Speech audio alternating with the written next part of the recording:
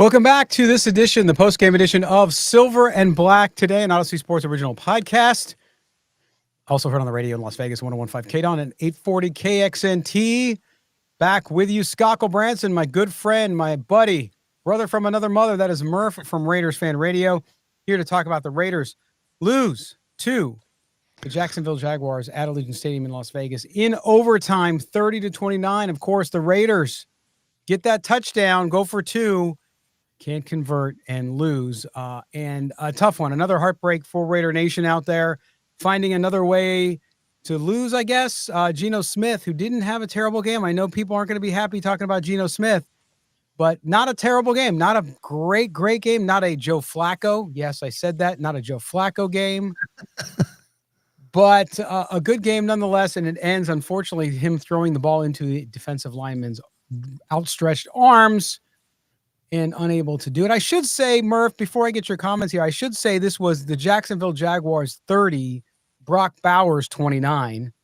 I mean, there were other people involved, of course, but Brock Bowers, as I said all night long, he is, without a doubt, no question, if you're wondering who the real Superman is, it's Brock Bowers. You don't need to know Clark Kent. You just need to know Brock Bowers because he had an amazing night. But the Raiders now, of course, winless at home. They fall to 2-6 on the season. Murph, I just want to get your, as we do every show, every post-game show, get your initial reaction. By the way, we will have a few viewer drop-ins. So I'm going to post the link here in a bit on YouTube.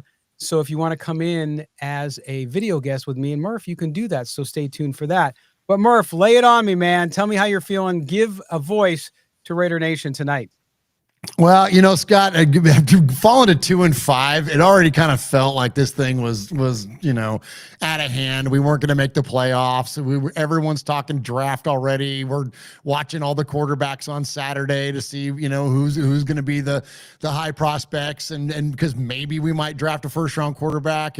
But every time the Raiders come on, though, and you see the silver and black, and especially when you see them in a home game and, you see them playing across that shield, it's like, you want to see them win. Like, I will never not want to see the Raiders win a football game, despite the, lackluster performances and the expectations on the season.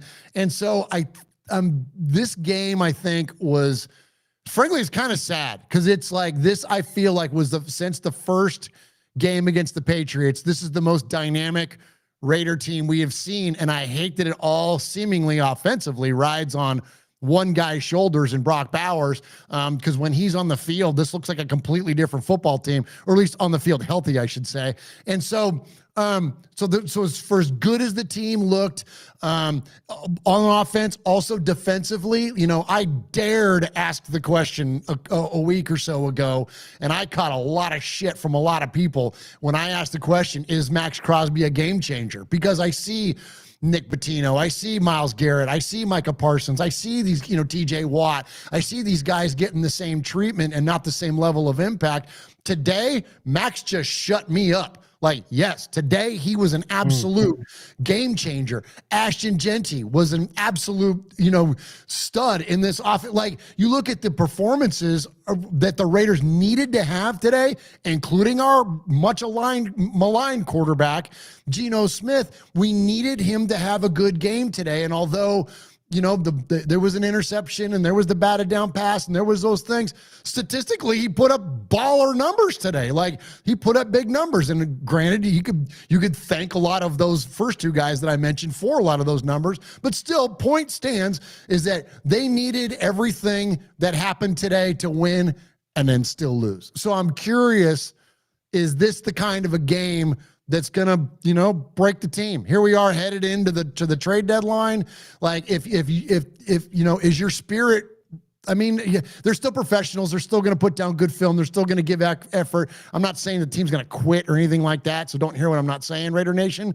But I'm curious. Like, you literally laid everything out there. We even saw Adam Butler flying around late in the game and all that stuff. And here we go, another loss at home. And now we fall to 2-6 on the year. It's like, man, I can't imagine that there's not a disheartened spirit around those guys, and because they're still human. I mean, they're professionals, yes, but, they're still human. Well, anyways, that's my take on it. That's That's the one thing I'll say, though. I listen, I know the result sucks for fans out there, but I saw more spirit. Did I see good play on every level? No. Was there still issues with special teams? Yes, we saw that several times. I go to the time of possession. The Raiders and Jacksonville both had 26 first downs in this game. The Raiders had 60 offensive plays, double what they had last game against the Chiefs. So progress there. But the time of possession, 42-57 for Jacksonville, just 26-47 for the Raiders. So when the Raiders did have the ball, yeah, they were efficient, but I think the defense, as you saw, look, the defense has got a lot of problems. The defense, I think everyone is seeing now, there's a serious lack of talent there. They need to invest in that defense, I think, more than people thought they might. And just as you said, Max Crosby, I had people complaining to me on X tonight that Max Crosby doesn't make plays. I saw him make plenty of plays tonight. So I'm not going to say that. I think Max Crosby, like you said, Murph, showed out, did what he needed to do tonight. But when your defense is out there for 77 plays for 43 minutes, it's tough to do that. And I think you saw that. They gave up 17 points in the fourth quarter. And then, of course, the 7 in overtime as well, because I think they were gassed. They don't have depth. And when you don't have depth, you go late in a game like that, playing that many snaps, it's going to catch up with you. And I think it did for the Raiders, especially in that fourth quarter. On the other side of it, everybody's favorite topic, Geno Smith. Geno Smith, 29 of 39, 284 yards, 4 touchdowns, 1 interception, a passer rating of almost 118 on that one. If you just looked at the numbers, you'd say, okay, yeah, the 1 interception, not terrible. But the 1 interception, as I was reminded by somebody in the chat there here on the show, that turned into 3 points and the Raiders lost by 1. So you get back to quarterback play. You get back to the fact that you can't give points away, and turnovers, even if it's just 1, can come back to haunt you, right? So in this case, I think, look, the Raiders, I wanted to see some progress. Did we see progress? Yes. I think in some areas you did. Part of that was you had everybody back. Brock Bowers, as I mentioned, he is Superman. Brock Bowers is a game changer. Ashton Genty's a game changer. But they could not do what Pete Carroll wants to do, Murph, what he's staked his whole career on, and that was long, sustained drives because they couldn't run the ball effectively. As good as Ashton Genty was coming out on those swing routes finally and running the ball, and a few times, they could not establish the run long enough or sustained enough to really make a difference. Absolutely. And to your point, going back to your comments about Max, I think what you said in there about, Max did have a big game today, but then he can't do it alone. And that's the thing that, like, he makes a crucial sack in the fourth quarter, puts the Jaguars in 3rd and long. And then what happens? We freaking give up another deep pass and another long 3rd down. How many 3rd and longs has this team given up over the years? And they're just plagued by the context of the mistakes. And that's where I say all the time that stats can tell you one thing, but when did those things happen? And then, so to go back to your point on the offensive side of the ball, it's like there was, a handful of glaring mistakes, but when did they happen? Well, they literally happened. One of them when the game was on the line, and then others were happening in crucial situations that led to points by the other team. So I'm with you, Scott. I mean, those things are huge when we look at the offensive line. Saw some good offensive line play today until we didn't. And, and freaking, there's the eternal question out there is, why is Alex Kappa even on this freaking football team? I mean, that clearly is just going to gain momentum as we go forward. Same thing with Stone Forsythe. I mean, there's just, there's a lot of lackluster performances out there. And then, oh yeah, by the way, the JPJ was maybe our standout lineman today. And he's the guy that everybody's speculating is going to get traded. Like, it's just, this team is so utterly confusing, Scott. We heard Chip Kelly come out this week. So here's to your point about the long sustained drives. Talked about this week that they needed to run the football. They needed to run the football. Well, they run the football, and then with the guy that's averaging 5.1 yards a carry, and then all of a sudden they go pass. Right, like, well, right. What are we doing? What are we doing, Yes. Chip Kelly? And it's like, and then it was like finally, late in the second quarter, early in the third quarter, he starts getting Ashton Genty in space. They start tossing it out to him. They start doing toss plays. Heck, they even got Brock Bowers on a freaking jet sweep, for crying out loud, to get these guys in space and allow them to make a play. And it's like, why is it taking this long? Like, this is the stuff that we've been commenting on since week 2.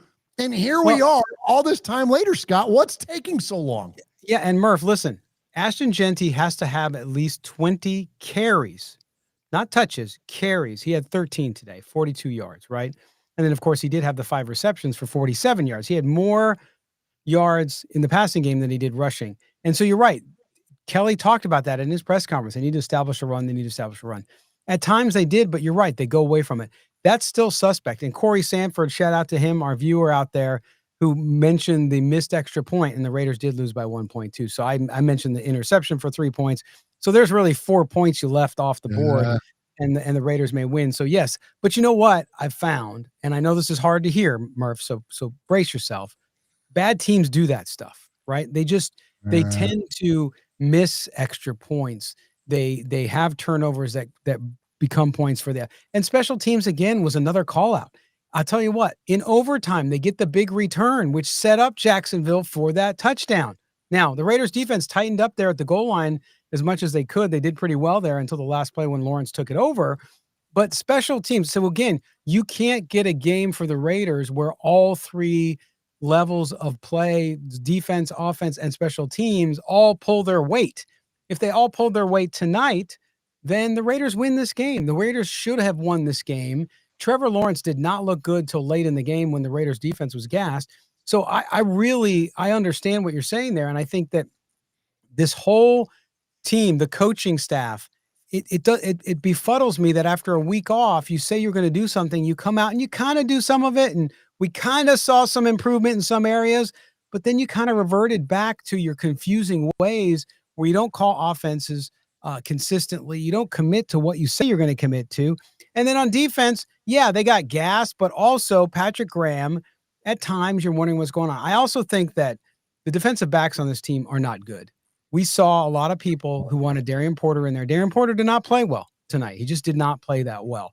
So you're seeing, I think, a big call out to the fact that this is going to identify, this is what you play young players for too, as well, for all those of you who wanted it, is you're going to see what your deficiencies are. Yeah, and you know what, and it's almost, I don't want to say acceptable because we want to see everybody play well.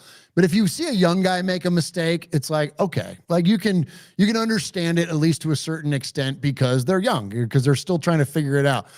Here I was just complimenting Adam Butler a minute ago, but when you see a guy like Adam Butler bump into Travis Etienne to try to knock him down, and literally to the replay, Schlereth is laughing at it. That, like, you can't do that. It's the NFL. You can't just bump into a guy and expect him to go down all the time. I don't care how big you are, Adam Butler. Where's the freaking art? Where's the reps? Like, these are like things that go back to like playing high school football, man. Like, you wrap up, you take the guy to the ground. Like, this is not hard. And so when you see, veterans making those similar mistakes, that what the rookies or the young players would be, but the rookies don't have an opportunity to do that because both the defensive tackles that we drafted were on the freaking inactive list. Somebody explain that to me. Like, here we go. Like, I thought we were going to have a youth movement, and all of a sudden, those 2 guys and Dante Thornton, everybody are like on the freaking inactive again. So the draft continues to make 0 sense to any of us. But anyways, I digress. But we see a lot of that, Scott. Even, I mentioned Adam Butler, but a lot of that in the secondary. And even a lot of that, frankly, at the second level with the linebackers. Right. The linebackers, like E-Rob and Devin White, and those guys, they're flashing around, man. Like, those guys are moving around the ball, and we see a lot of good tackling. And then we see a lot of just awful overshoots, watching runners go by him and no effort to make a play on the ball carrier. Isaiah Paul-Amau, like, he has these like amazing plays and then disappears entirely from the physicality side of the defense. And so, Scott, I'm with you, man. It's like, these are the things about this Raider team. It's like, I can't make sense out of any of it. I can't make sense out of the effort and energy from some of the guys. I can't make sense out of it schematically. I can't make sense out of the freaking communications. I can't make sense out of the draft. It's like, I can't make sense out of any of it. It's like we're just, freaking fluttering in the freaking breeze on everything. And that's a hard thing to get behind as a fan. Right. And it's hard when you look at John Spytek as a first-year GM and the moves he made, especially when it comes to the draft, as you just mentioned, not understanding why these guys are inactive every week, not given a chance. Tonight, Porter, like I said, he didn't play particularly well. Did he play better than Caillou Blue Kelly? Yeah. Okay, but that's not a hard bar to get over, by the way. Caillou Blue Kelly is one of the worst defensive backs in the league, frankly, up until that point. So I see that point, but in some ways, I really believe, and we talked about this last week or 2 weeks ago after the game, which is I just my gut tells me that if John Spytek was 100% honest with Raider Nation, which he should be, he would say this was a transition rebuilding year. We're going to see what we got. We're going to go with what we got, and then we're going to completely retool as we move along, because there's just no depth anywhere. You're taking chances on some young guys in their first year, but they're not standout stars. These are guys who are third, fourth, fifth round draft picks. They're not going to be guys. Now, are there other guys, especially offensive line? We talked about that. Even people like Tonka Hemingway, these guys who don't get snaps at all or are not even active except for 2 games. Yeah, I'd like to see what those guys can do. Now, another couple losses, which are coming, frankly, because the Raiders' schedule just gets more difficult, is we'll see then if it happens. And John Spytek doesn't want to speak to the media or speak to the fans like most GMs do, usually at the bye week or somewhere around there. So we'll see what happens there. What we're going to do now is take a quick break. When we come back, we'll continue the conversation here on the Raiders. Of course, 30-29 losers to the Jacksonville Jaguars in overtime.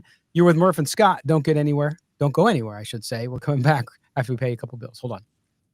All right, Raider Nation, now's the time I tell you about our good friends at Sleeper Picks. Of course, Sleeper Picks bringing you the video here from Silver and Black today all day long. But we're going to get right into the picks. If you don't have the Sleeper Picks app, what are you doing? We've been telling you all season, go get it now. Play daily fantasy football with Mo and I. I'm going to give you picks for tomorrow's game. That's right, Monday night game between the Cardinals and the Cowboys. By the way, if you go deposit now up to $100, guess what? Sleeper Picks will match it for $100. All you have to use is the code GENTY. That's the code GENTY, only from your friends here at Silver and Black today. All right, here's where we're going to go. Javonte Williams with the Cowboys tomorrow. I like this. I'm going into his receiving yards. No, excuse me, his rushing yards right here, 64.5. Anytime touchdown. I like both of them. They have him at 2+ anytime touchdowns as the big pick for this one, but I'm going to go over 64.5 yards for my man Javonte Williams there. I'll scroll down here so you can see that. You got to have 2 to move along here with Sleeper Picks. Next, on the Cowboys, I really like what I've seen out of George Pickens. He has taken over. CeeDee Lamb, of course, was out injured for a bit, but George Pickens has been the go-to guy for Dak Prescott in Dallas. 40+ receiving yards. I think that's a no-brainer. Now I'm going to go back out and pick from the Cardinals side. A guy I really like, Marvin Harrison, just in the wrong situation. Don't like what I have there. Trey McBride, the tight end, though, has come on really strongly. I like him for a anytime touchdown with his Cardinals team. They're going to struggle a little bit despite Dallas's defensive outings this year. They're going to, I think, get down there in the red zone, and Trey McBride is the guy to do that. So if you look at my Sleeper Picks selections for Monday Night Football, Javonte Williams, 64.5 yards. Yes. George Pickens, 40+ receiving yards, and Trey McBride of the Cardinals will get a touchdown. Don't forget, go to Sleeper Picks, the best place to play daily fantasy football. You deposit up to $100, and guess what? They're going to match it. Free $100 to play daily fantasy football, only from your friends here at Silver and Black today and Sleeper Picks. Use the code GENTY. That's the code GENTY. Rules and regulations apply. Check them out on the Sleeper app or on the Sleeper website. And it might not be available in all states, but most likely in yours. Check out Sleeper Picks now. Come on, get with me. Let's go. All right, welcome back to the live post-game show from Silver and Black today, an Odyssey Sports Original Podcast. I'm Scott Branson, joined by Murf from Raiders Fan Radio. We're talking about the Raiders' loss in overtime to the Jacksonville Jaguars. Let's spend some of that time, Murf. Let's stay a little bit positive here on Brock Bowers, okay? 12 receptions, 127 yards, 3 touchdowns, 1 rush for 6 yards, by the way, on that sweep you were talking about. Let me tell you, this guy is going to be so much fun to watch. Yes, it's a shame right now he doesn't have a quarterback who can deal to him the way it is. But Geno Smith did it well enough tonight because of his presence. But this guy, and I mean, yes, you're getting it from everywhere across the country because talent like this is undeniable. There's no question. We talked about Max Crosby on the defensive side. On the offensive side, I think Ashton Genty is going to be a great guy too. But Brock Bowers, this is a generational tight end here. Oh, absolutely, Scott. I couldn't agree more. And I mean, that's been as much as I want the Raiders to draft a first round quarterback. And, arguably, Tom Telesco lost his job because he didn't make an aggressive move for a quarterback in the first round. Mm-hmm. He got us Brock Bowers. And this guy, I mean, I'm not going to speak it over him because it's so early in his career, but I mean, he's a Hall of Fame type player already. Yeah, should he keep up this momentum? And, odds are his game is only going to get better. So to be as dominant as he is this early in his career is pretty freaking impressive, man. And, and it just goes he goes on the list of a long productive position for this Raiders team. We've had some we've literally had Hall of Fame tight ends and the ones that weren't in the Hall of Fame, Raymond Chester and Todd Christensen and these, I mean, we've had amazing players, even Darren Waller at his peak. If you think about that, like he was incredible. Zach Miller at his peak was incredible. And so here we have Brock Bowers, but I think that his career is going to prove to be a lot longer lasting than those other guys that I mentioned, aside from maybe a Dave Casper or a Todd Christensen. And so, yeah, it's really cool, man. I love when you can really tell, like, that's when you see like the level of talent in the NFL. Like that's when you can tell that a superstar is on the field, when it's like, despite the best efforts of the defense, and despite the best efforts or not efforts or lack thereof at times of said quarterback, right? Because we've had such questionable quarterback play, despite the freaking questions on the offensive line and whatever, you still have this guy that stands out and puts out dominant performances like he did today. Because without Brock Bowers, we put up over 20 points, for the first time all year long, right? And so, without Brock Bowers, I mean, we don't even sniff that.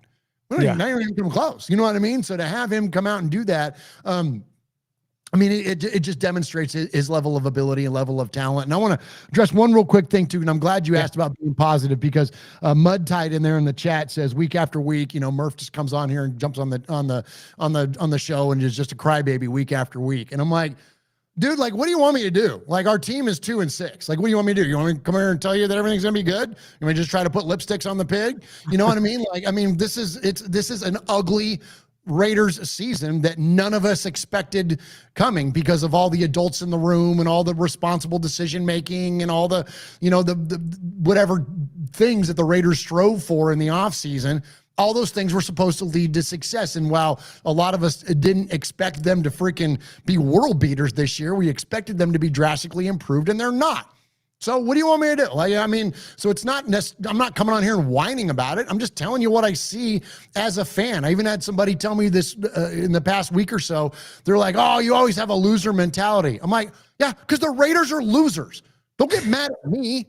Get mad at them. Get mad at your football team that can't put more numbers in the left column than they do in the right column. I'm just a fan over here calling the shit out because it bugs me and it makes me sad, because I want to see them win and do well. So like, don't shoot the messenger here. But anyways, when you see players like Brock Bowers, Scott, it kind of leads us to some positivity. It leads us to in a direction where then I think that's why we latch on to guys like him, guys like Ashton Genty, guys like JPJ, guys like Max Crosby. When you see these like glimmering spots in the freaking darkness of the Raiders' performances over the past 23 years, then, it gives you at least a little bit of hope. Now, we'll see where that goes. But I sure would like to get Brock Bowers paired up with a first-round quarterback, Scott. Wouldn't you love to see that? That would be nice. But I think it goes back. People are going to have all kinds of opinions, and you're right. Somebody's going to love what you say and hate what you say.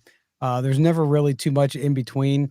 Having done this, for a long time now, it doesn't really bother me as well, because, hey, you could take it or leave it. If you're here and you're listening to the show, watching the show, and you don't like the opinion, you can always turn it off. Like, hey, that's okay. I got plenty of other people who would like to engage here, and that's totally fine. And I don't think, listen, I said all along that this Raider team wasn't deep. Right. That's why Mo and I picked the win total, and we were wildly wrong about that too. So maybe we were being a little too optimistic. I don't know. But at the same time, you don't do a show on a team and get on there and say, hey guys, it's going to suck. You're going to win one game. Hey, come back next week and listen to the show.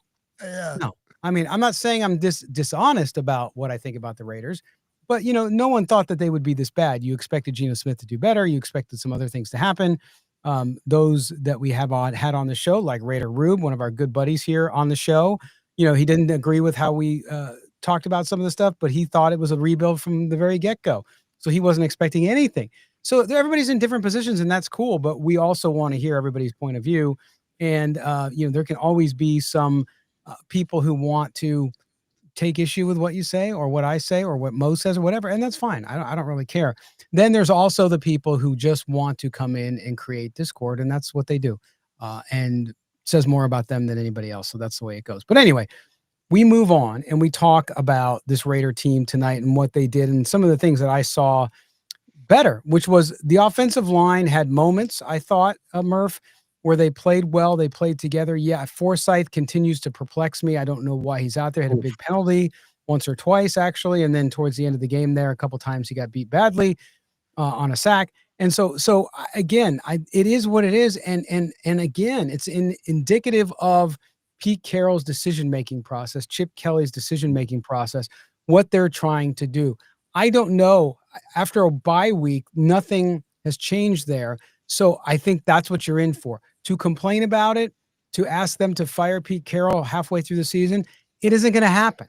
So if that's what you want them to do, fine. You're going to have to wait till after the season at the very least.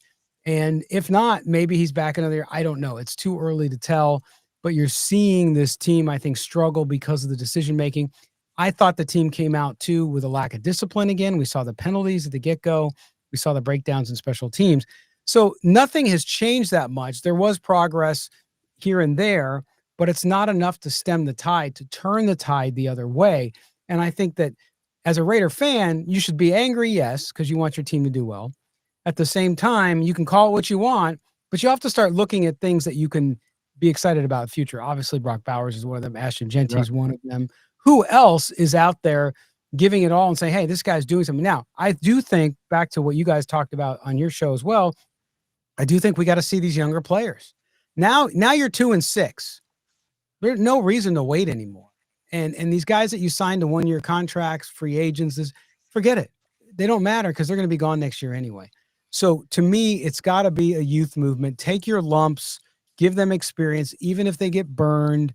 Don't put them on the inactive list as punishment, because that's what I think Pete Carroll does. We saw that with Dante Thornton. Dante Thornton hasn't played well, to be honest. But did he deserve to be inactive? I don't think so. So it's hard to tell, man. It's really frustrating to watch this coaching staff operate, because I do think that they're very personal about it. They're very vindictive. We've heard all the stories. And so now I just want to see these young guys play, see what the Raiders do have, so that when you get ready for free agency, because the Raiders are going to have 125 million, whatever it is, in space to go get not only rookies, but then go get free agents. I want to see these young guys play and see what players will be part of the Raiders' future.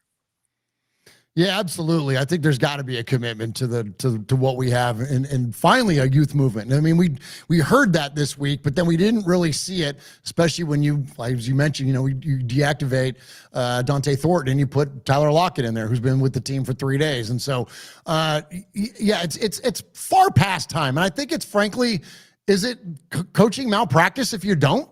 Like if you don't see what you have in Jake McGee, and you don't have it in see what you have in Tonka Hemingway, and you don't see what you have in Charles Grant or Caleb Rogers, and if you don't see what you have in these guys, then again goes back to the confusion of the draft. And why did you draft these players to begin with? Because the season's over. I mean, listen, we're not going to make the playoffs at this point, and I understand coaches coach to win, players play to win, and you're never going to go out there with the intention of tanking. I mean, it's such a ridiculous concept that a lot of fans throw out there. They're like, oh, we just need to tank and get our quarterback. No, it's not ever going to happen. But what you can do is use this time as an evaluation. As sad as that is, that you would have to use the back half of an NFL season as an evaluation period, that's what you've got. So it's at this point, I think it's important for the Raiders to acknowledge that and then do what's best for the team moving forward, which is finding out if you've got building blocks that maybe have not been unearthed yet in these players that have gotten very, very little playing time and zero exposure when it comes to the field. Right. And I think this is the time where you have to have, and I'm not convinced. I was convinced that the John Spytek, Pete Carroll thing was John Spytek's in control. Pete Carroll's there. And yes, he's going to have more sway because of who he is. But John Spytek's the man in charge. I'm not sure of that anymore. I'm really not. I'm doubting it because at this point in the season, especially after this loss at home, again, the Raiders have not won at home. The Raiders at this point need to develop players, as you mentioned. So John Spytek needs to say to Pete Carroll, Pete, you got to play these guys, right? So I agree with the GM staying out of the coaching job. Don't tell the coach who to play. And he doesn't have to tell him to play, but you got to have these guys active and get him some rotations. Because I got to get ready. You guys are done for this year. You're 2-6. You're not going anywhere. So I need to see what spots need to be filled next year. I need to inform my draft. I need to inform my free agent class. So I need to see these guys play. And I can't decide whether or not they're keepers or you jettison them unless I actually see them play. And so that has to happen, Murph. If it doesn't happen, then you go into another offseason with absolutely no idea what you got. Yeah, and I have a question for you, Scott, on this, and this has been something that's been talked about a lot here over the past couple of weeks amongst the Raiders fans, social media, and that is the power structure or seemingly lack thereof. I thought this was going to be, and granted we hired the head coach first and then brought in John Spytek, but I thought we were going to see a traditional power structure here where we had GM, head coach, GM's one calling the shots on the roster. Pete said it in the press conference early on that this was going to be a unified decision making and that this was going to be collective decisions and whatever. But I don't think that's the case because we've seen Pete's ego already get the better of him in this young season. And I think that it's happened with the front office as well. There seems to be a lack of meshing now between him and Patrick Graham and the way that they both decide to scheme offense and defense. There's a lack of connectivity when we look at the way the offense is being run versus the way that John Spytek drafted. So I ask you this question, because you mentioned about somebody coming in and demanding or at least, giving the mandate to this is going to be the move going forward.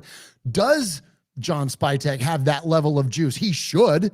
But does he have that? Is that Tom Brady? And if it is Tom Brady, then can Tom Brady be a good leader from a distance with his Fox gig?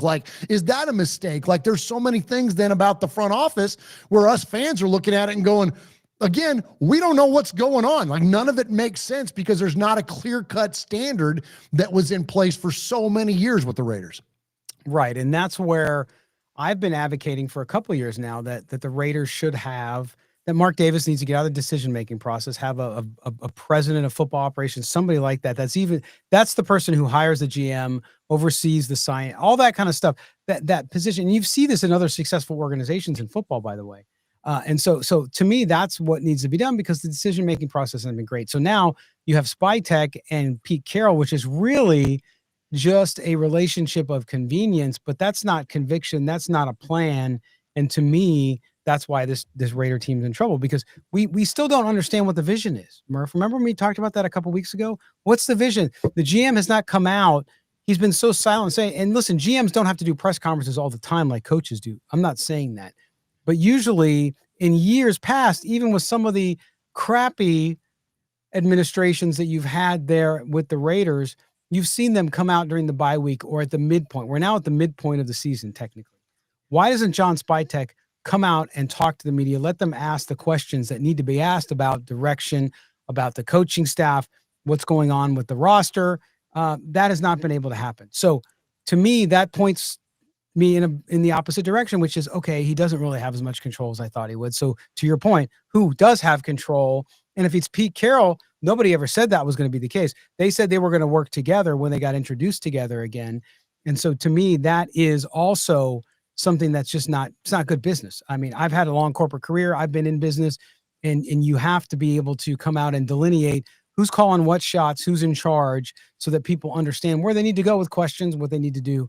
And that just hasn't happened yet. So we'll see. All right, we're going to do now. I'm going to take one final break, a short break here. When we come back, we're going to get to some viewer drop-ins. That's right. We're going to get to you guys on video, have you come in and talk to us live here on Silver and Black Today, an Odyssey Sports Original Podcast. You're with Murph and Scott. Don't go anywhere. Hey folks, Gully here, and I'm obsessed with Brunt because they finally nailed tough boots that don't sacrifice comfort. Perfect for crushing long days on the job. Choosing work boots used to mean picking between comfort or durability. If they felt good, they didn't last. And if they lasted, they wrecked your feet. Brunt called BS on that and built boots that feel great from day one. No break-in, no sore feet for the real workers out there. Founder Eric Gerard grew up blue collar and launched Brunt after his trade buddies said big brands had stopped listening. Unchanged in 100 years, chasing fashion over function, they pushed him to build for them, naming products after those hardworking guys we grew up with. I'm wearing the Brunt Omen boots right now. These are the most comfortable work boots I've ever owned. Cushy, out of the box, no painful break-in like the others, but they're built tough. Waterproof, safety toe, soft toe, pull-on, lace-up options for any job site. Brunt isn't just about boots. They've got full gear like heavy-duty pants and weather-resistant jackets to keep you protective and productive. They stand behind it all. Wear them to work. Send them back if they're not right. No other brand does that. Brunt was tired of workwear brands cutting corners. You work too hard for your uncomfortable boots that don't hold up, so they better be built good. Insanely comfort, ready for the job site. For listeners now, get $10 off Brunt with the code BOWKNOWS. That's the code BOWKNOWS at bruntworkwear.com, and you're all set after ordering. Tell them Silver and Black today sent you. Trust me, you won't regret it. All right, somebody needs a boot in the ass over in the radio organization, right? Coming off our boot ad. Scott Branson, Murf from Raiders Fan Radio, back with you here on the post-game edition of Silver and Black today. Raiders losing overtime 30-29. So we're back. We're going to do some Raider drop-ins now. Corey bought a pair of Brunt work boots a few months ago. I will never buy anything but Brunts from now on. Corey, thanks, man. I'm sure our sponsors will be glad to hear that. I wear them too, man, and they're unbelievable. So thank you for that. But we're going to get to some viewer drop-ins, Murph. Are you ready for this? We'll get some folks to come in. All right, we're going to lead off with our guy. I was just talking about him, and there he is, Raider Rube. Raider Rube, what's up, buddy? What up, hey, Rube? guys? You gonna yell at us again? I'm going to yell at you. You guys yelled at me, Murph. I know I'm your viewer now because of how angry you got at me yesterday. But no, I'm doing well. I hope you guys are doing well. George Lopez famously said, "I'm not crying. I'm just frustrated." I get you. No, it was at least the positive I take out of this game was at least the offense looked better. Yes. Not great, not perfect, but it was better. Geno looked better. It's sad that it takes Brock Bowers to make him look better. And if it doesn't have Brock Bowers, he's terrible. Wish there was a middle ground in there somewhere. But at least, there's something to evaluate, more than 30 plays, right? So we can at least have some evaluations. I know you guys have been going on about the rookies not playing enough. There's a lot of season left, so I'm not as worried about it. I'll be very upset with Pete Carroll and John Spytek and whoever if the young guys don't play by the end of the year. But I think there's still plenty of time to get those guys in. So I'm not super stressed about, when are we going to see Charles Grant or Rodgers in there. And my thing with the offensive line that I've been thinking about is if you put those guys in, if they're not ready, then do we get a situation where people get hurt? Because it's the offensive line, it needs to be a unit. And if these guys ain't ready, that's only going to hurt Geno's confidence more. And if he doesn't think those guys are ready, but they're in there because, well, we need to see what they do. Just ask Aiden O'Connell what it's like when Thayer Mumford misses a block.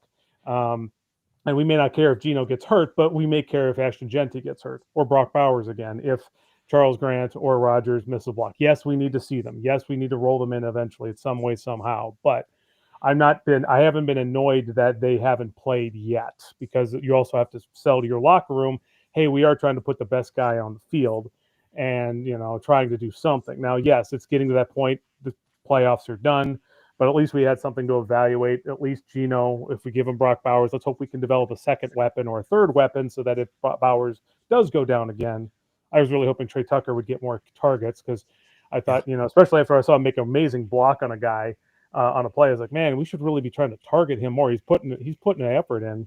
And maybe that happens if Jacoby gets traded, but that's where I was probably most disappointed, is that we didn't get Tucker more involved in the offense. And yeah, Ashton should have run the ball more.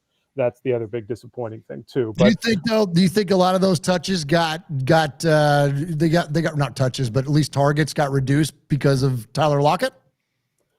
I don't know how many times I didn't look to see. Lockett didn't get that many targets, so I don't think Lockett was the big deal on that. I mean, there was one where he could have won the game for us if Geno didn't get the tip ball, but I don't know if Lockett was the reason for that because I mean, maybe I'm wrong. I didn't, I'm not a film guy. I don't know. I'm just a rube. I don't know these things. I look Rube, at it and say hey, that, he had one target. okay, so one target. So I think it was just that they didn't go as far downfield as I was hoping. With as many times as they were hitting Bowers underneath and and Genty underneath, I thought, okay, maybe they're setting something up for some bigger deep plays. And they did towards the end of the game, but I was hoping that happened a little more quickly. So I was hoping that Tucker would get more involved because he's the guy he and Michael Mayer have been the two guys I'm like, I really want to see these guys break out and say, okay, we've got two more pieces.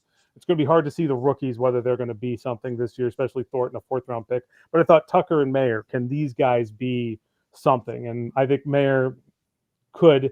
It's still not there yet, but I think if Tucker gets some actual targets, Tucker really could be that number 2 receiver. We still need a number 1, an X receiver of some kind, because I don't know if Thornton's going to be the guy or not. But that's where I'm at. So at least my positivity is this is what I thought the Raiders would look like all year. The defense was going to maybe put up a fight and then get gassed and lose it towards the end. The offense was going to put up more points than last year. We got 4 touchdowns out of our quarterback. That hasn't been a thing for a couple of years. So this is what I thought they'd look like throughout the year, and they'd win a few more games. But. And targets are going to go down for everybody when Brock Bowers is in the game, right? He's your number 1 guy. He's your number 1 guy. Oh, so absolutely. that's going to happen. And then, of course, that's why all the talk about Lockett's going to take all these snaps from people. No, I don't think so. Now, did Jack Besh get on the field? No. Did he get a target? No.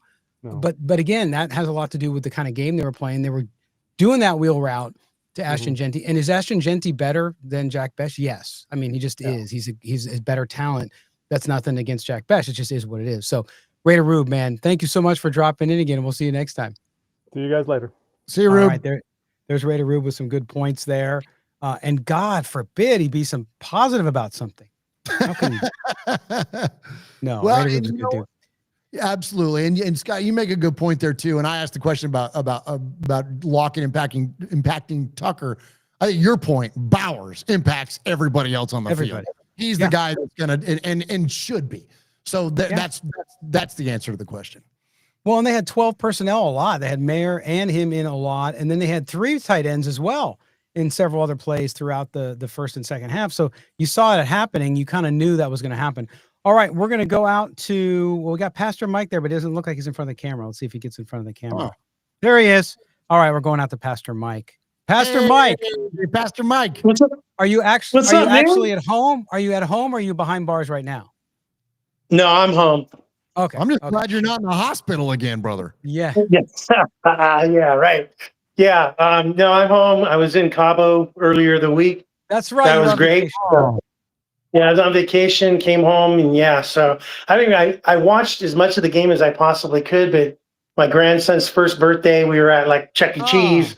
So I was trying to catch it, as much as I could. But, I guess my reaction to the game is I'm not mad.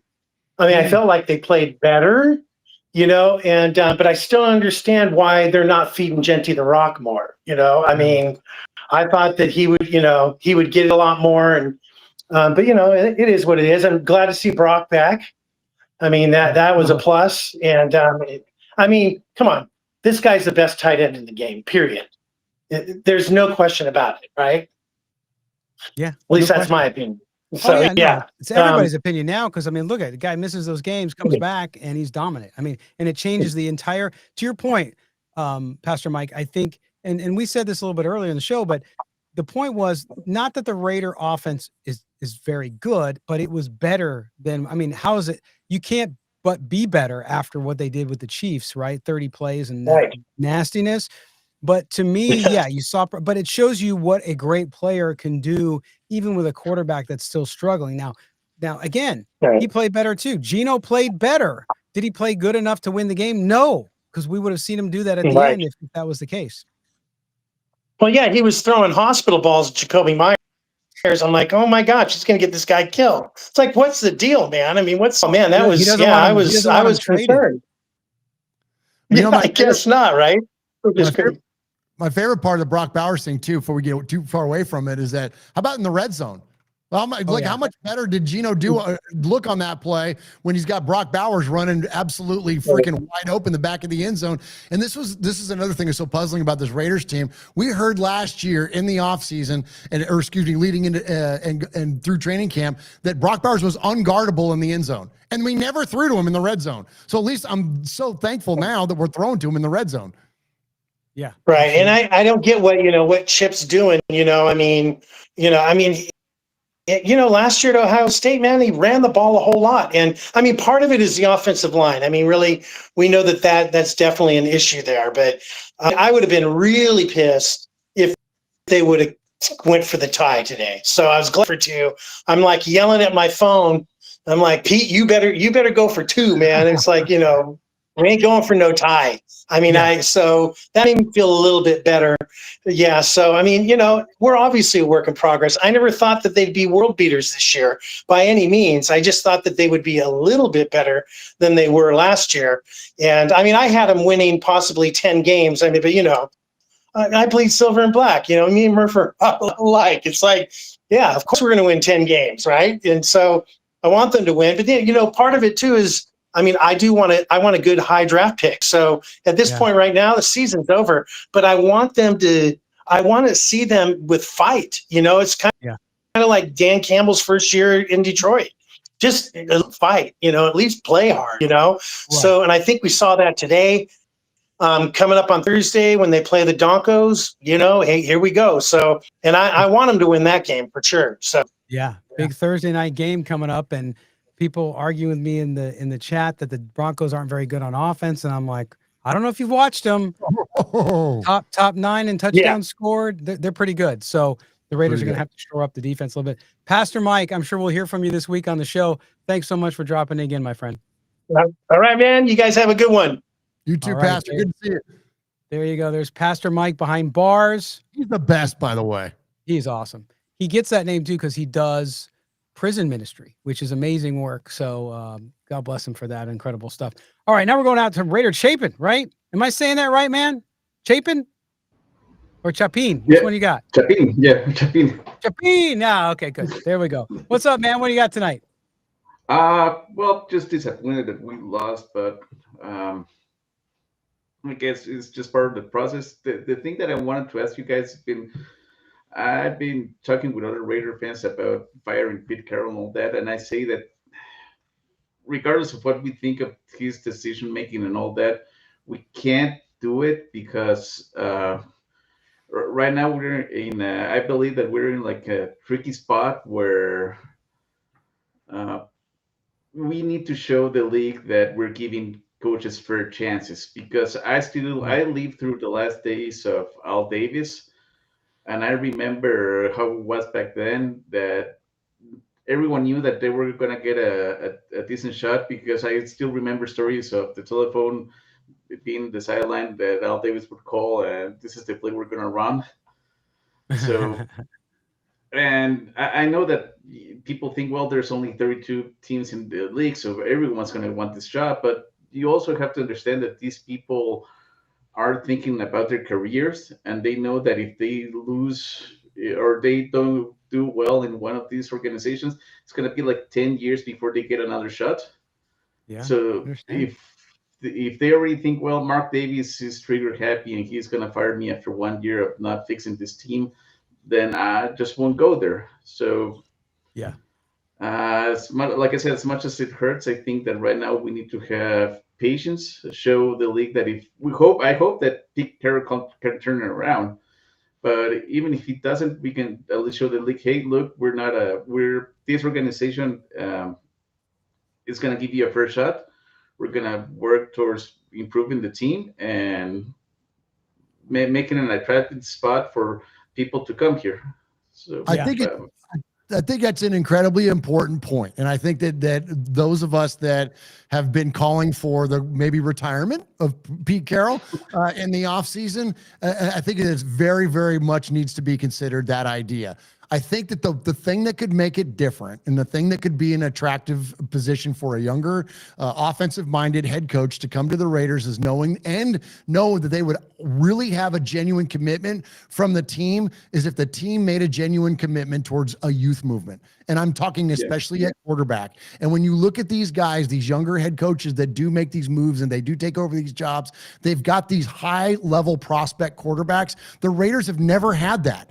And the one time that Mark Davis made any kind of, well, twice he made a commitment to a head coach. One was Jack Del Rio, but then more importantly, the 10-year contract that he gave to John Gruden. Yeah. Like, I think that demonstrates absolutely that his ability to commit to a head coach. And we had Derek Carr in the building at the time, and they were convinced that he was going to be the starting quarterback and the franchise quarterback for the team for the next 10 years. So they were married at the hip, Gruden and Carr were. So the Raiders have done that in recent past. Since then, we've had Band-Aid quarterbacks, Band-Aid coaches. It's been nothing but Band-Aids all the way through. So I think that if with a true fresh start and a commitment to a youth movement, I think that would be an attractive thing for a head coach. That's just my opinion, but No, and I agree, and I also think that it's been a little unfair to Mark because every decision that he has made, well, if it were up to him, we still have John Gruden in year 7, or 8. I think it would be year 7 of John Gruden right now. And ever since he had to let him go, it's been a string of bad luck. That when the thing that I don't like about like major media and all that is that they don't put things in context. So it's like when they hired McDonough, he was like the golden child of the NFL, and everyone was saying that this is going to be when the Raiders turn around and all that. It didn't work out. Oh, Mark Davis is an idiot. Yeah. Well, and I think Raider Champion, I think that's partly because there have been bad decisions, but you're right about the John Gruden thing. If it wasn't for the emails leaked apparently from the NFL itself on that stuff, not defending necessarily what John Gruden said in his emails, but the fact that all happened was not the Raiders firing a coach. It was them having to fire a coach because of the league pressure. We all know that now. And because of the court McDonough case. is like, So- all right, he was going to give him one more year, but when he saw that the locker room was like, oh no, this is not going to work. No, And he was destroying the locker room. And everyone was like, yeah, AP is the answer and all that, and it didn't work. So everything has been like a little bit of a lot of bad luck. But when you see the narrative is like, oh, Mark Davis is trigger friendly and he can't, he doesn't have patience for a coach. So right now we're almost in damage control mode. We're going to have to stomach whatever Carroll brings to the table, and I hope that he turns it around. But even if he doesn't, it's like, all right, no, dude, we have to do this, and we're going to have to like have patience and show the league that we do have our stuff together. Right. You want the job to be as appealing as possible. Raider Chapin, man, thanks for dropping in. We appreciate you stopping by. Thank you, guys. good to see you, brother. There you go. And you talked about this on your show a lot, as we have too, about the stability issue. And he brings up some good points there. And it gets to the point, though, again, just for different reasons, obviously, than with Josh McDaniels. But if this season, because we know how the season's going to kind of go, if at any time Pete Carroll is disjointed enough from the locker room, then it becomes more of a necessity than anything else. But we'll see. I don't know that we're there yet. I haven't seen signs of that yet, but we'll see if it happens as well. All right, get to one more here. Murf, you ready? Yeah, it's our buddy Misha out in Orange County. Hey, what's going on, man? What's happening, fellas? What's up, Misha? Oh. Good to see you as always. I feel like this particular game, it's you can either take it two ways. It's either you're happy that we did compete and you saw a lot of. Hey, Misha, your audio's breaking up on us, man. I don't know if it's it might be it might be just the connection overall. Do me a favor. I'm gonna disconnect you. Come back in, and we'll try it again. All right. So there's Misha, who's having some trouble with the audios, as we call it. But Murph, yeah, I mean, listen, the people who want to be negative about everything, look, I understand that people are frustrated. You're frustrated. You share it here every week. But I did think that Rube brought up a good point there, which was, there's Misha. Misha, let me hear you now, buddy. We good now? Oh, now we're good. Now we can hear you. You're not sounding like a robot. Oh, wait, I spoke too soon. Uh-oh. Well, we're back to robot. Oh, now oh, wait. You there? I think you turned the lights out. Something happened. Well, those California brownouts. Remember those? Yes, I do actually. Yes. So there you Absolutely. go. But anyway, Misha, sorry, man. We'll try to get you on next time. But Murph, look, I think that's where the thing. Listen, I don't like watching crappy football, right? I don't care who's playing. None. I mean, and now the Raiders, I cover the Raiders, so I have to watch them. You're a fan, so you have to watch them, at least to some people. Some people want to boycott the team now and all this kind of stuff, right? So we both have our obligations, and nobody wants to watch crappy football. So I understand it. And would it be better? I would love to get on here and talk about wins. Like those are more fun. You can break down things. You can talk about great performance. You can talk about this, talk about that. But when it doesn't happen, it gets hard. So when it does happen, I'm not going to come on here. There's too much negativity in the world. There's a lot of different content creators, Murph, you know them, who go on and all they do is bitch about stuff. That's fine. That's their audience. I got no problem with it. It's not something I want to be involved with. Yeah, it's tough because we've talked about this recently on Raiders Fan Radio. Like the three of us, Michelle and Jeff and I, are inherently positive people. Like I look at everything in life, I tend to look at the brighter side of it, especially, in real life, outside of the Raiders and this thing that we do here, when we get on the internet and we talk about our favorite football team. I look at everything in a positive way and look for the things to lock onto that are good and the things that are gracious and the things that are kind. And those are the things that I gravitate towards in life. And that's also one of the dichotomies of being a Raider fan is that, when we get into here, we do get on these mics and we do talk about our team. It's tough for me to find those things and to lock onto them when year in, year out, it's these bad performances by the Raiders. And, I went through and talked about on our show, just detailing about, for a guy like me, I'm 52 years old. Okay. I've been a fan of this football team since I knew they existed. I literally was at the Oakland Coliseum in utero when my mom went to the World Series in 1972 when she was pregnant with me. Okay. I grew up, this was my life. And this still outside of the few labels that I will wear, like Christ follower, husband, dad, best friend, nephew, those things that I wear proudly. Raider fan is right there with them. So it is part of my being. It is part of my soul to watch this Raider team. And for as long as I have, and for as long as I've watched this team, when you go from the last time we won the Super Bowl, January 22nd, 1984, we had a pretty decent run in the 90s. Shout out Jeff Hostetler and Art Shell 1.0. We had a really good run with John Gruden 1.0. And then what have we had since then? We've had 2016 and 2021. It's been 40 freaking years that this team was what the building blocks, the foundation was for the Raider mystique. It's been that long since the Raiders of the 70s and the Raiders of the 80s, since Marcus Allen running with the Knight, since Kenny King becoming a Super Bowl hero, since Fred Biletnikoff and Kenny Stabler and Old Man Willie, it's been so long, y'all. So it's hard to go into these things and to latch onto the quote positive when we've been looking of 40 years for the better part of futility. And that's sad. It's such a sad state because that's not who we are as people. That's not what my fandom was formed on greatness. My fandom was formed on 5 straight AFC championship games. My fandom was formed on 3 Super Bowl titles. My fandom was formed on ending the Miami Dolphins winning streak when they were the only undefeated team ever in the history of the NFL. That's what my fandom is formed on. So many of these younger fans, your fandom is formed on 2 playoff appearances. Congratulations. But that's why it's not necessarily a negativity. It's that I'm not going to lower my standard as a fan. And that was told to me by the great Wayne Mabry, the Violator. He told me it doesn't matter how long it's been. You never lower the standard for that shield. So that's where I'm coming from. I'm not lowering the standard. A playoff appearance is not good enough. No, make the playoffs, make a run, and then do it again.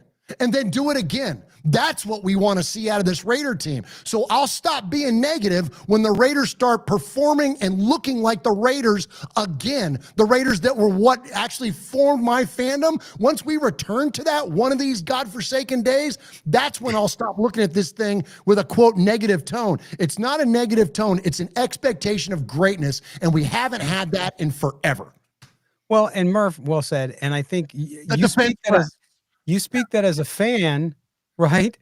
But as someone who looks at the team objectively, a lot of times people will say the same thing about me. Oh, you're being negative. You're being negative. You're being negative. No, it's you being objective. You tell it like it is. Now, tonight, I thought there were some positive things. So I talked about the positive things and I talked about the things that weren't so positive. So that's the way it all rolls down. But Murph, we're coming up on the end of the show here. I want everybody to tell we had a couple super chats, and all the donations that come through the super chats go right to the One Nation Foundation. And I want to tell everybody about that today. I want to give a shout out to LS out in Australia who donated $5. I'm going to flash it up here really quick so you can see that. Good organizations give their GM the driver's seat. Spytech isn't even in the car. We left him at the gas station 10 miles back. Well put there, and thank you for your donation. But tell them where this money's going, Murph. Thank you also very, very much. All your super chats here at Silver and Black today, and anything that you contribute over at Raiders Fan Radio, 100% of that money goes to our nonprofit, which is the One Nation Foundation, where we're giving our money away to the good folks at right here behind me at the Bolitnikoff Foundation, and also the good folks at Raider Dad. Raider Dad's taking underprivileged kids to Raider games that would normally not ever have that experience. And the, excuse me, and the Bolitnikoffs are taking they're taking in young women at risk of domestic violence and substance abuse and giving them a safe place to stay, giving them rehabilitative services, and they're out there literally doing the Lord's work. And so we appreciate them so very, very much, and gladly donate 100% of the money that we raise, whether it be through direct donations or advertising. All that money goes to the One Nation Foundation. And thank you, Scott, as always, for the platform. Thank you for the generosity of Raider Nation. And even if you can't contribute monetarily, just hit a like, hit a subscribe here at Silver and Black today. You know, if you can rate it, if you can share it, please do that, because that all contributes to advertising, and that advertising dollars goes to the One Nation Foundation. So here, Raiders Fan Radio, anywhere you can help promote it. It's not about growing our quote brand, growing our show. We just want to raise as much money as possible so we can give to these amazing Raiders charities. So thank you. Yes, you talked about one of those Raiders charities too, Raider Dad. I want to shout out to one of our listeners, Raider Loke, who donated his tickets today. Oh, nice. Today's game to a family, to Josh, obviously at Raiders Dad. So shout out to him too. And so many people do that. It's so great. And then of course, the donations that come in and go to you guys, and everything you do with that is phenomenal. My man, I will see you Thursday night. You ready for a late Thursday night? Heck yeah, let's do it, bro. The Broncos are coming up. My man, take care of yourself. We'll see you guys on Raiders Fan Radio Wednesday. Make sure you watch the show on Wednesday. Worth your time if you're already there. I know we get a lot of fans that come in through your site as we simulcast this over on Raiders Fan Radio as well. Make sure you go see Murf, Jeff, and Michelle if you haven't done it already. All right, buddy. We'll talk to you on Thursday. All right, let's go kick the donkey's ass. Let's go, Raiders. All right, there's Murf for Raiders Fan Radio. I want to thank you guys all for being with us tonight on the postgame show. Yes, another Raider loss, but some glimmers of hope. Brock Bowers, obviously a huge one, and some other things too. Some better play. Wasn't enough to win in overtime, but we will be back for another show on Tuesday. Of course, the trade deadline coming up on Tuesday. So we're going to do a show pre-trade deadline. We'll talk a little bit more about the game that was today, as well as anything we're hearing about the trade deadline. And then we'll be back on Thursday with another show before the game, right? You're going to get 3 shows in 3 days. And then we'll do our post-game show after the game again with Murf and I on Thursday night after the Broncos game. So stay with us there. If you don't already subscribe to the podcast, please do so wherever you get your audio. If you're watching us on video, whichever channel you're watching us on, make sure you subscribe, hit the thumbs up, and also hit that notifications bell so you know when we go live or have a new video. For Murf, for our producer, Mike Robier at Odyssey, for everybody here at Silver and Black today, including me, thanks for being with us. We will talk to you guys on Tuesday morning. Take care now.